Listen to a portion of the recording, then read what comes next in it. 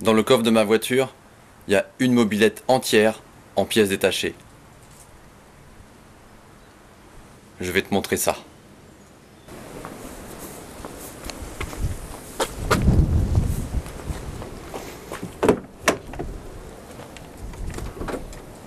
Chez Ford, ils sont bizarres. Il faut appuyer sur le bouton pour ouvrir le coffre. Il n'y a pas de bouton derrière.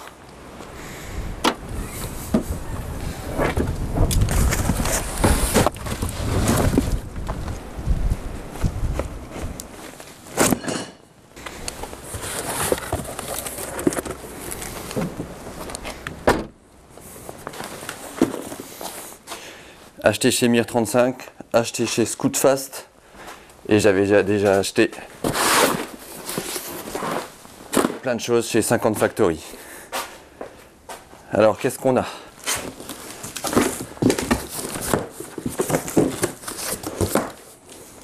Je suis curieux, j'avais déjà ouvert une partie. Un pot d'échappement, Doppler, un allumage, avec la suite de l'allumage, le stator, un bas moteur, des leviers de frein, un vilebrequin, des chambres à air, des autocollants. C'est bien, quand on fait une grosse commande, on a des gros autocollants. Déroulement renforcé, joint spi renforcé, un faisceau complet, des amortisseurs, un boîtier électronique CDI, pipe d'admission, un carburateur 16 mm, une poignée de gaz, des guidons bracelets, un levier de frein,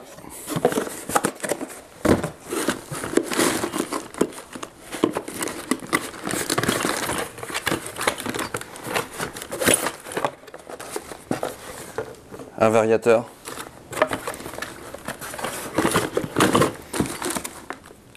les gicleurs pour régler le carburateur, une bobine d'allumage,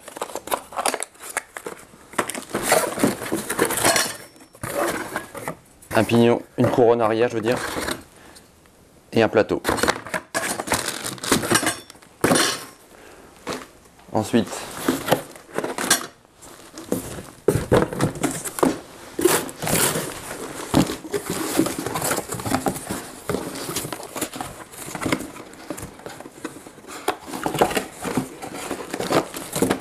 un cylindre piston Erzal 70 cm3, 4 transferts, une culasse haute compression Parmakit,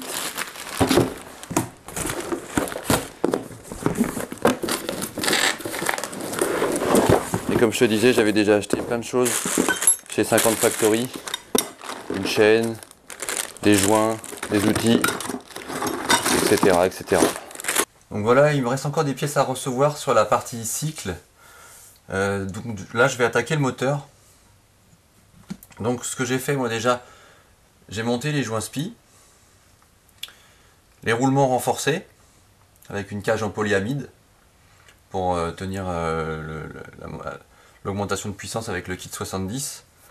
Et là, ce que je vais faire, je vais appairer mon bas moteur. Le bas moteur, c'est ça. Avec le cylindre 70 cm3 au niveau des transferts. Il faut que les transferts ici correspondent au transfert du bas moteur. Comme celui-ci est prévu pour 50 cm3 et ça c'est un cylindre 70 cm3.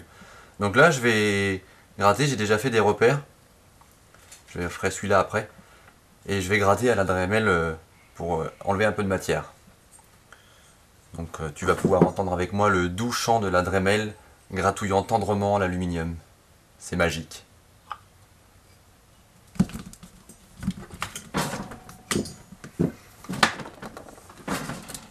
toujours travailler en sécurité.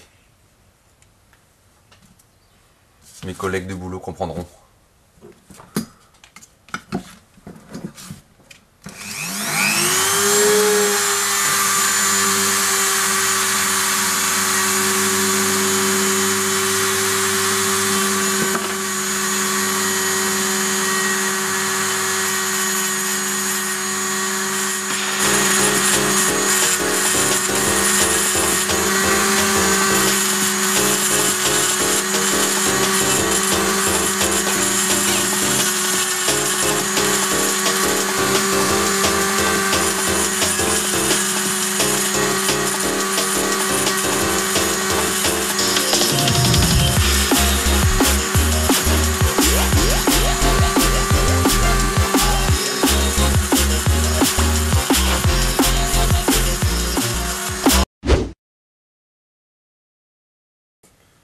Donc voilà, j'ai fini de travailler sur les transferts. Donc j'ai terminé à la Dremel avec un petit tambour à poncer. Je sais pas si on voit bien le travail. Ensuite j'ai continué avec du papier à poncer à la main, grain 400. Voilà, c'est pas la peine de faire non plus un miroir, ça sert à rien. Et ensuite, tu as dû voir que j'avais pas enlevé les roulements. J'avais même oublié de protéger avec du papier absorbant, mais de toute façon j'avais prévu de laver tous les carters. J'enlève la graisse toujours, moi je préfère enlever la graisse qui est dedans, parce que de toute façon ce sera lubrifié avec le mélange plus tard. Donc tout a été nettoyé, séché au compresseur, et voilà, ils sont nickel. Les carters, le bas moteur est prêt. Donc la suite, concernant le bas moteur, ça va être de monter le vilebrequin. Donc pour ça, ceux qui connaissent bien la mécanique de temps, ils sauront le dire aussi. Il faut procéder par dilatation des métaux. Donc le vilebrequin sera mis au congélateur quelques heures pour rétrécir le métal. Les carters seront mis au four un petit peu à 50 degrés pour dilater. Ensuite, normalement, ça va tout seul. Et puis, je vais continuer avec le haut moteur. Mesure des jeux avec les cales d'épaisseur. Mesure du jeu cylindre-piston. Mesure du jeu à la coupe des segments. Donc ça, bon, je vais le faire en off. Hein, c'est pas non plus hyper passionnant à filmer. On va plus se concentrer après sur le montage de la mobilette à proprement parler. Voilà, pour le moment. Actuellement, là, je suis bloqué pour refermer les carters du bas moteur. J'attends une platine de support de kick qui met un peu de temps à venir, donc je préfère la recevoir pour refermer et serrer tout une bonne fois pour toutes, sans avoir à y revenir à débloquer les vis par la suite. Donc en attendant, je me suis occupé un peu, j'ai essayé de faire ressembler ce cadre à une mobilette. Donc j'ai avancé un petit peu sur la partie cycle. Donc j'ai monté le poste de pilotage. J'ai mis les guidons bracelets, ici, avec le coupe-circuit, le klaxon, les leviers de frein et la poignée tirage rapide. J'ai aussi customisé une selle de Peugeot 103 pour la reculer sur le cadre. Donc j'ai repercé l'axe là en 10 mm pour pouvoir insérer une grosse tige filetée bien solide, percer la tige de selle.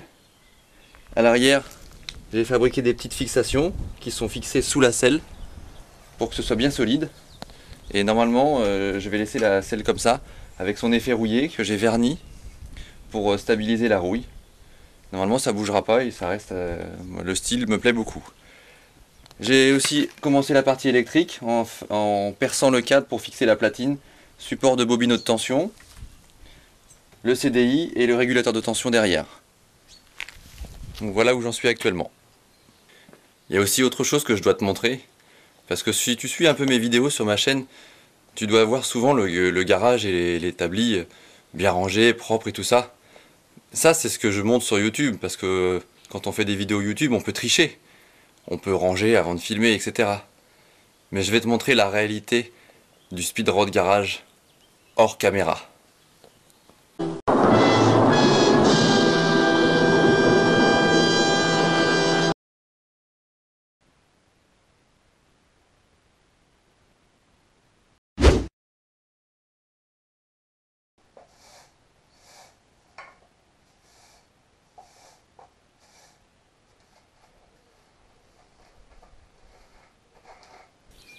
Alors il s'est écoulé quelques jours depuis le début de cette vidéo, donc j'ai pas fait que du nettoyage.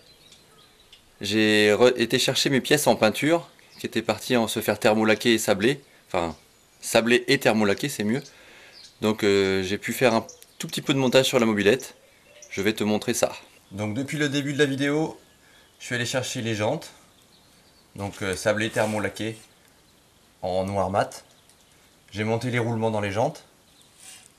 Ça n'a pas été une partie de plaisir parce que c'est galère à enlever, surtout celui du dessus là. Mais bon, c'est tout neuf. Là-bas aussi, la couronne est montée. Donc j'avais monté les bracelets au début de la vidéo. Ils étaient montés à l'envers. En fait, j'avais pas vu qu'il y avait un petit angle qui permet qu'ils soient légèrement vers le bas. Donc j'ai tout recalé, tout remonté. Les bracelets, c'est fait. Le bras oscillant est peint aussi. Donc je suis très content de la couleur que j'ai choisie parce que c'est un gris alu qui tire vers le beige. Donc pas comme le gris alu d'origine. Donc dessus j'ai changé évidemment aussi les cylindres blocs de bras oscillants. C'était encore pire à sortir que les roulements.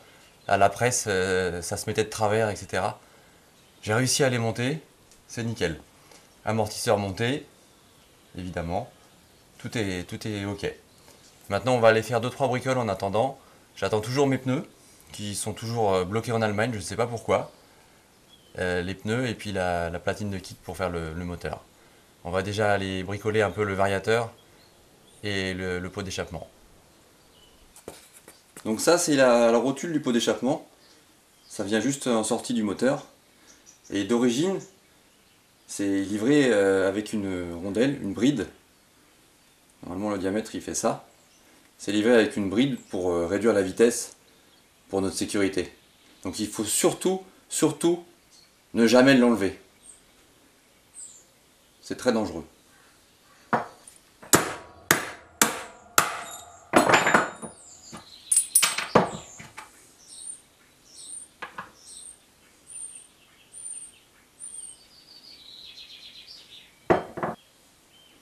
Alors sur le variateur Doppler, c'est connu qu'il faut mettre les vis de colonnette avec du frein filet.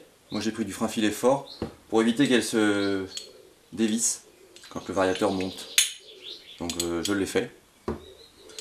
Et comme sur le pot, sur le variateur, il y a une petite rondelle à mettre ici pour éviter que le variateur s'ouvre à fond et exploite toute la plage de puissance du moteur. Donc surtout, il faut bien penser à la mettre à sa place.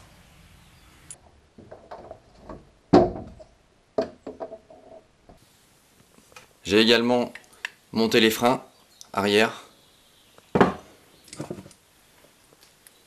préparé le carburateur avec son cornet. Voilà. On va arrêter la vidéo là pour aujourd'hui. J'aurais vraiment aimé te montrer le moteur en route, le démarrage, au moins le montage du moteur avec tous ses accessoires. Mais là j'attends ma pièce, donc je suis bloqué.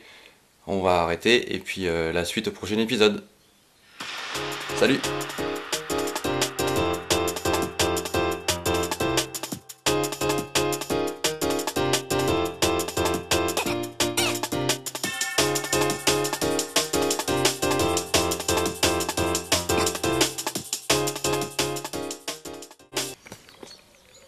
Un jour, je te parlerai de cette voiture.